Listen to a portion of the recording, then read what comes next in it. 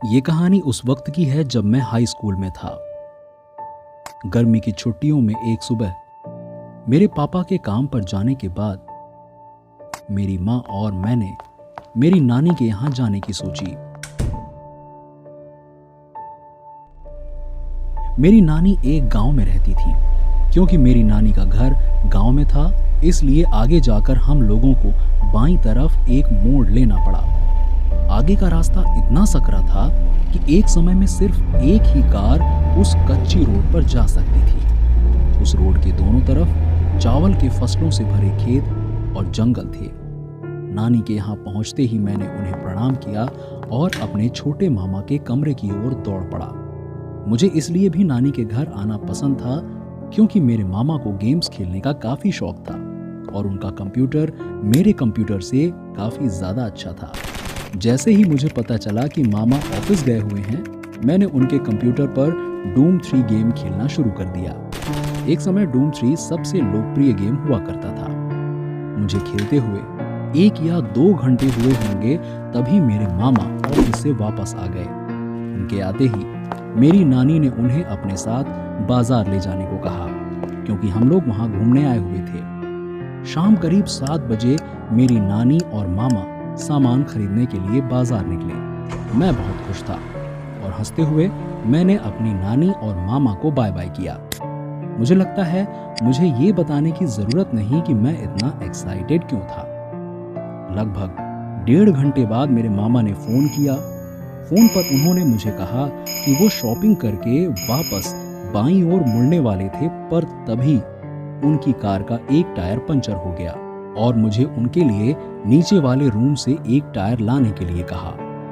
जैसा कि मैंने बताया, मेरी नानी के घर पहुंचने के लिए उस संकरी कच्ची रोड से कार से 5 मिनट लगते हैं, मगर पैदल चलते हुए वहां पहुंचने में 20 से 30 मिनट लगते हैं। अब जब मैं उस बारे में सोचता हूं तो रात को उस सकरी कच्ची रोड का रास्ता और भी डरावना हो जाता है। खेतों और जंगलों के बीच मौजूद उस कच्ची रोड पर कोई स्ट्रीट लाइट भी नहीं थी, सिर्फ अंधेरा खेत और जंगल। उस वक्त करीब 9 बजे थे और 8 बजे ही उस गांव में हर तरफ अंधेरा हो जाया करता था। सचमुच मैं काफी डर गया था, लेकिन मैं किसी को ऐसा नहीं लगने देना चाहता था कि वो मुझे डरपोक समझे। इसलिए मैं घर से टायर लेकर उस कच्ची सड़क पर निकल पड़ा। मुझे दूर से ही मामा के कार की हेडलाइट की बत्ती जलती हुई दिख रही थी और मामा के सड़क के दूसरी तरफ होने के आभास ने मुझे थोड़ा हिम्मत दी, मगर रात काफी अंधेरी थी और उसने मेरे डर को बढ़ाया।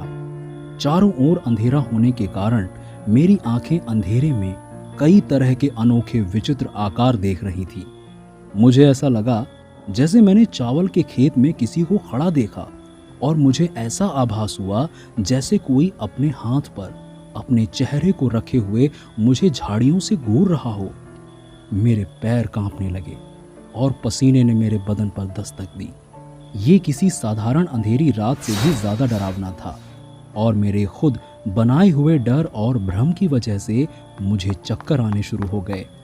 लगभग 20 मिनट चलने के बाद मुझे एहसास हुआ कि मैं अपने मामा की कार से काफी नजदीक हूँ।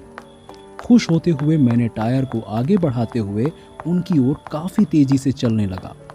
मैं काफी तेजी से चल ही रहा था, पर तभी अचानक मुझे अपने सामने कुछ दिखाई दिया। क्योंकि वो चीज़ अभी भी मुझसे थोड़ी दूर थी, इसलिए मुझे पता नहीं चला था कि वो है क्या, मगर वो कोई खाली चीज़ थी। अचानक मुझे बहुत अजीब लगा और फिर से मेरी गति धीमी हो गई। मैंने अपनी आंखें छोटी की और सर को उस दिशा में मोड़ा ताकि मुझे पता लग सके कि वो खाली चीज़ क्या है, मगर कुछ पता ना चल सका। हालांकि मुझे डर लग रहा था, मगर मैंने चलना जारी रखा और सोचा कि कोई भी चीज़ मेरा कुछ नहीं कर सकती, क्योंकि मेरे मामा और परिवार बस कुछ 300 मीटर ही दूर हैं। जब मैं उस चीज़ के काफ़ी नज़दीक पहुंचा, मैं रुक गया, क्योंकि अब मैं उसे पूरी तरह से देख सकता था। एक बूढ़ी औरत सड़क के किनारे बैठी हुई थी, चावल के खेत में देख रही थी। सिर्फ उसका चेहरा देखकर ही मेरा पूरा शरीर कांपने लग गया और मेरे रोंगटे खड़े हो गए। उस बूढ़ी औरत का मुंह खुला हुआ था और उसके चेहरे पर कोई अभिव्यक्ति नहीं थी। मुझे आज भी नहीं पता क्यों मेरे कदम उस बूढ़ी औरत की ओर बढ़ने लगे। बिना कुछ बोले उसकी ओर चलते हुए मेरा डर और भी ज्यादा हो रहा था।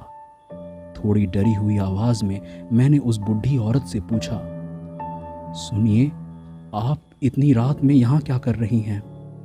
मगर सामने से कोई आवाज नहीं आई और रोते हुए तेजी से मैंने फिर से उसकी ओर एक आवाज लगाई, सुनिए। उस औरत ने मेरी ओर देखा और मुझे अपना दिल पसीजते हुए मालूम हुआ। हालांकि चारों ओर अंधेरा था, फिर भी उसके सफेद बालों और उसकी आंखों के सफेद हिस्से को बेशक देख सकता था। सबसे ज्यादा डरावना था उसके चेहरे पर मौजूद झुर्रियां और उसका पूरा खुला हुआ मुंह। मुझे बहुत अजीब महसूस हुआ, जैसे महज उसे देखते हुए ही मैं पागल हुआ जा रहा हूं। और तभी हम दोनों की नजरें एक दूसरे से मिली। कुछ समय बाद उस औरत ने मेरी ओर मुड़ना शुरू किया। हे भगवान, मुझे लग रहा था वो बैठी हुई है, मगर अब मुझे पता चला कि उसके शरीर के नीचे का कोई भी हिस्सा मौजूद ही नहीं है। उसका धड़ और सर उसने सिर्फ अपने हाथों के जरिए जमीन पर रोक रखा था। मेरे दिमाग में बहुत सारे ख्याल एक साथ आने लगे। मुझे ये भी लगा था कि मेरे सामने ही एक डायन बैठी हुई है। मुझे ऐसा लगा कि अगर मैं वहीं रुका रहा तो वो दोनों हाथों से मेरी तरफ दौड़ेगी।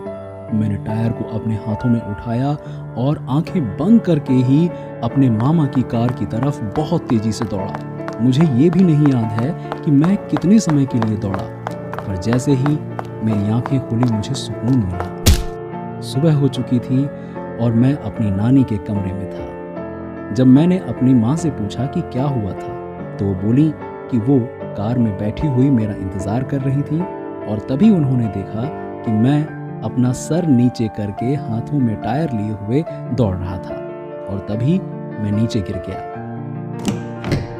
और सभी कार से निकलकर मेरी तरफ दौड़े। माँ की बात सुनने के बाद मैंने माँ को और सभी को वो बातें बताईं जो रात में मेरे साथ घटी थी। उस शाम मेरी नानी ने मेरे लिए चिकन सूप बनाया था। मेरे अंकल ने मुझे डरावने गेम्स खेलने से मना किया और वो अब मुझे डूम 3 भी नहीं खेलने देते। और तभी से जब भी मैं नानी के यहाँ रुकता हूँ, मुझे सिर्फ स्टार वॉर्स रेसिंग गेम ही खेलने को मिलता है। मुझे अभी भी लगता है जो मैंने उस रात को देखा था वो कोई भूत नहीं था, वो सिर्फ मेरे कमज़ोर दिमाग का पैदा किया हुआ एक भ्रम था।